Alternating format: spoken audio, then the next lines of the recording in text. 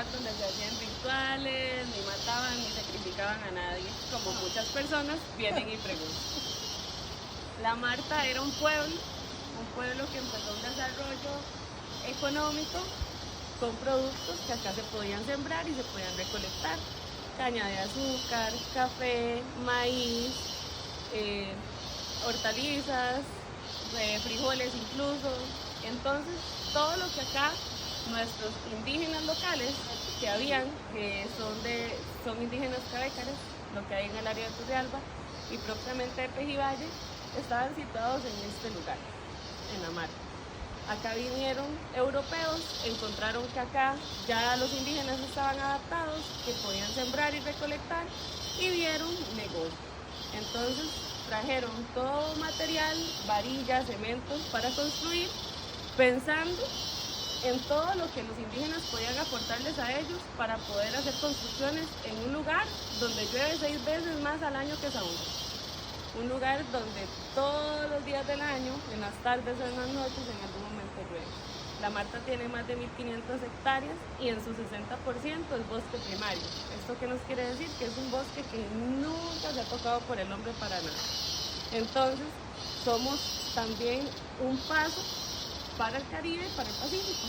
Estamos colindando con la zona de Tapantí, que es otra área protegida, y también formamos parte del Parque La Amistad para que nos protejan como refugio de vida silvestre, que somos 100% conservacionistas. Entonces, la Marta, cuando inició, los europeos trajeron todo el material, los indígenas los ayudaron a construir, como ustedes pueden observar, fue material de primera calidad.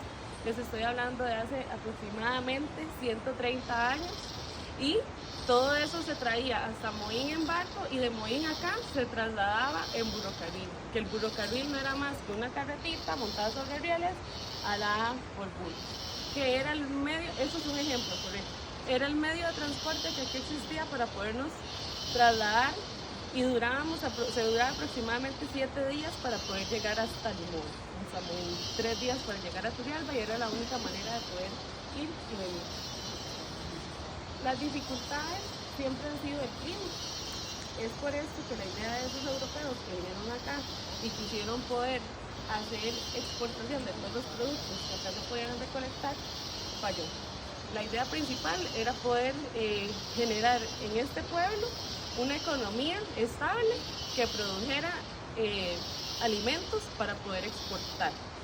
Sin embargo, el clima, ¿verdad? Siempre las lluvias, las cabezas de agua, durar tantos días para poderse trasladar desde acá hasta Limón era un factor demasiado difícil de controlar, porque durante los recorridos, durante esos 7 días, en algún punto se encontraban derrumbes, árboles caídos, no se podía seguir por la lluvia. Entonces ya cuando se llegaba al punto de exportación, muchos de los productos que se llevaban ya no servían, ya estaban mal. Entonces, esto mismo fue lo que no dejó que este pueblo se desarrollara de la manera que se pensaba. ¿Por qué? Acá lo que tenemos es la estructura de un beneficio de café, donde se procesaba el café y ahora lo vamos a ver desde el otro lado para que entiendan un poco cómo es que funcionaba. Y del otro lado vamos a pasar ahora más tarde por el trapiche, que también era otro punto muy importante, tan importante que estos dos puntos en la Marta laboraban turnos de día y turnos de noche. ¿Qué pasó con la Marta? Bueno, se hizo toda la infraestructura, se trabajó por varios años, pero siempre esas catástrofes del clima afectaban. Tanto así que la Marta acabó por una cabeza de agua. Todos saben que es una cabeza de agua, una bomba de agua, por así decirlo, que se hace una presita en la montaña, de repente eso se suelta, pero esa cabeza de agua fue algo impactante.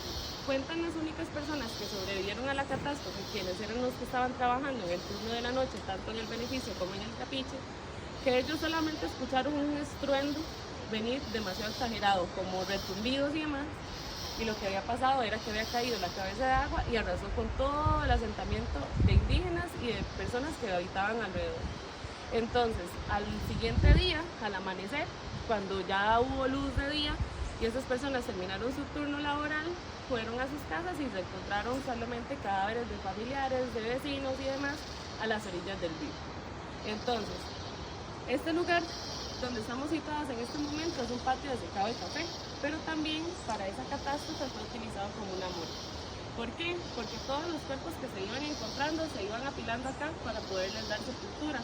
Porque aquí, al haber diferentes culturas mezcladas, todos tenían su ritual para poder hacer los funerales. Entonces, los cabécares tienen un ritual que duran hasta 4 días de velación. Entonces, todo eso se trató de respetar, trayendo los cuerpos acá y irles dando sepultura a como cada cultura lo deseaba. La Marta, para aclararle la duda a la compañera, la Marta tiene este nombre porque las personas o dueños de las haciendas antes, en Costa Rica generalmente, solían colocarle a las haciendas el nombre de su esposa o de su primer hijo. Entonces es por esto que nosotros conocemos, tenemos un lugar que se llama La Victoria, del otro lado del río Marta está la Margarita, la Marta, que es el vivo ejemplo, y así alrededor de Costa Rica ustedes encuentran un montón de haciendas o fincas antiguas con nombres de mujeres. Ahora, algo muy importante, la Marta ha pasado por muchas administraciones, por varias administraciones, que desde ese tiempo, cuando fuimos colonizados por europeos que vinieron y trataron de hacer todo este negocio acá, pues el gobierno de Costa Rica interviene, se queda en la Marta tratando de poder administrarlo, y este lugar perteneció al expresidente don Jesús Jiménez, quien se lo heredó a su hijo Ricardo Jiménez, y él le fue el propietario de la Marta por mucho tiempo. Este muchacho se cuenta que le gustaba mucho tomar guaro y le gustaban los juegos de azar, y en un juego de póker, ¿perdón? A Ricardo, correcto. Le gustaban los juegos de azar, y en un juego de póker con unos estadounidenses, el señor se rifó la Marta y la perdió. Entonces, por algún momento nosotros estuvimos bajo un mandato estadounidense en este lugar, y ese señor tuvo que ver cómo recuperaba o reunía la plata y volver a comprar la Marta para que esto quedara en territorio tico como debería. Entonces ha pasado por muchas situaciones, no solamente las catástrofes, sino que mala administración también desde el inicio, pero en buena hora se pudo recuperar, ¿verdad? Ahora, la Marta como pueblo, nosotros no tenemos registros como tales. Yo no tengo un documento del cual yo me pueda basar y decirles a ustedes, aquí está toda la evidencia, porque lo único que nosotros hemos hecho es recolectar historias de cuentos, de personas que habitaron acá, le contaron a sus hijos y a los nietos y demás, y así es como se ha venido recolectando la historia. Por eso es que les digo que hace aproximadamente 130 años. Porque si nosotros nos ponemos a sacar fechas y demás, hay muchas cosas que todavía no nos calzan. Seguimos tratando de esclarecer más de información.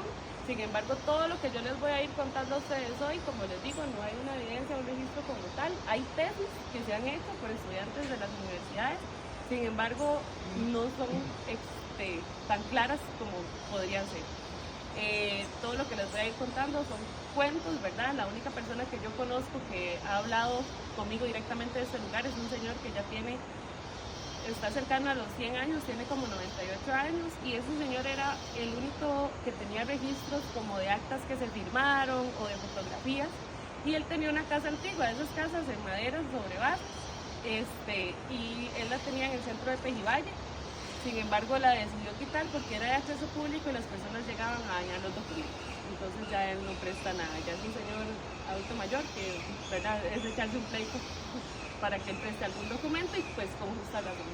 Entonces no tenemos como mucha evidencia para que lo tengan presente. Si gustan, empezamos por acá el recorrido.